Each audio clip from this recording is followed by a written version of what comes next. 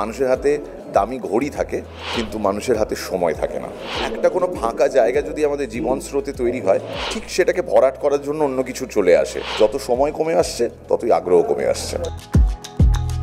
নমস্কার, আর্টিস্ট টিভিতে আপনাদের সকলকে স্বাগত। আমি পূর্বাশা রয়েছে। আমার সঙ্গে যে মানুষটা রয়েছেন, তার সংবাদ পাঠ, তার গল্প পড়া মানে গপ্প, তার একটি ঠেক রয়েছে। বুঝতেই পাচ্ছেন কে তিনি এখন অভিনয় জগতেও কিন্তু তার সুনাম অর্জন করেছেন।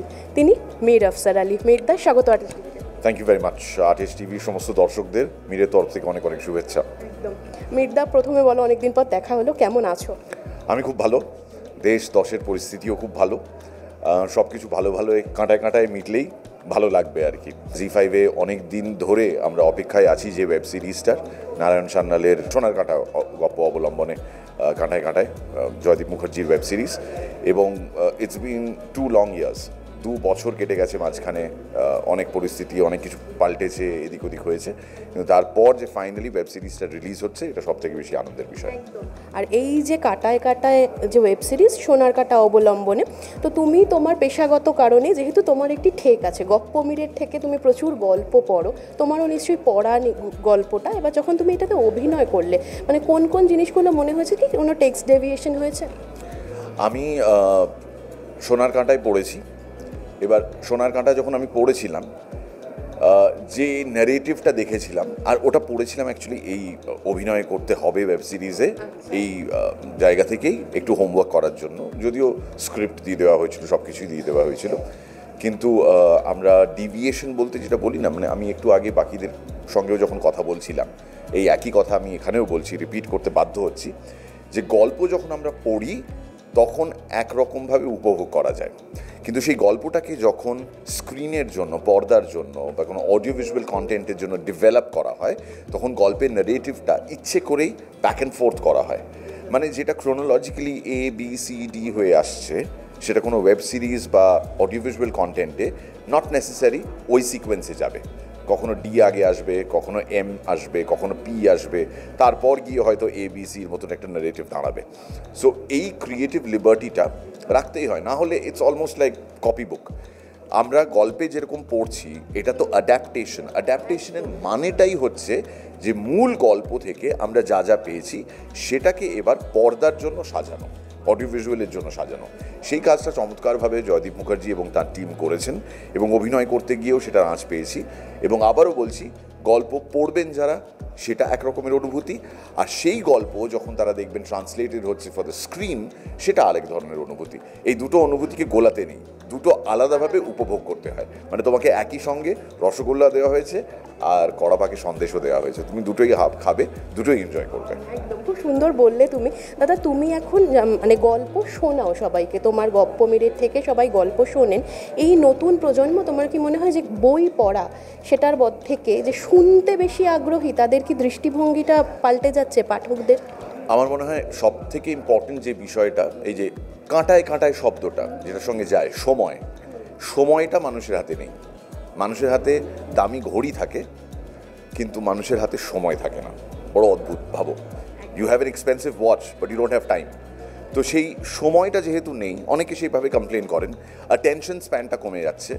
If you look at entertainment today, আমরা 30 সেকেন্ডের একটা রিল দেখতে ব্যস্ত।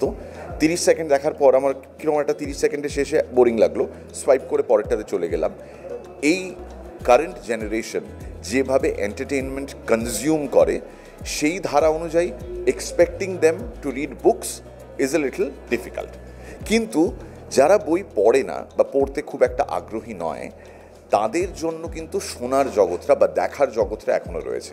আমি দেখেছি এমন অনেক শ্রোতা রয়েছেন যারা বইটা পড়েননি বা গল্পটা পড়েননি, যেটা আমরা ঠেকে আনছি, কিন্তু তারা যখন ঠেকে শুনেছেন, গল্পটা শুনে তারপর বইটা গিয়ে পড়েছেন।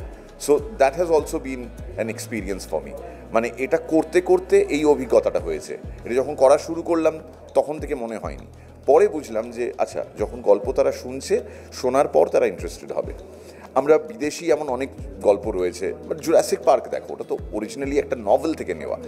আমরা জুরাসিক পার্ক কতজনে সেই গল্পের বইটা পড়েছিলাম, কিন্তু যখন সিনেমাটা এলো এবং পরপর এত বড় বড় ফ্র্যাঞ্চাইজির মতন কাজ করলো সিনেমাটা, তখন আমরা অনেকে দেখলাম মাইকেল ক্রিকটনের নভেল গিয়ে পড়ছে। তো ঠিক সেইভাবে it has to be either way.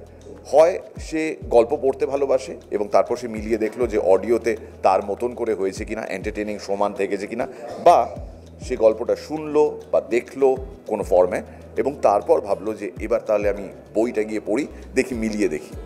তো আমার দৃঢ় ধারণা যে গল্পের বই পড়ার মতো ধৈর্য আজকের প্রজন্মের আর অতটা হয়ে উঠবে না।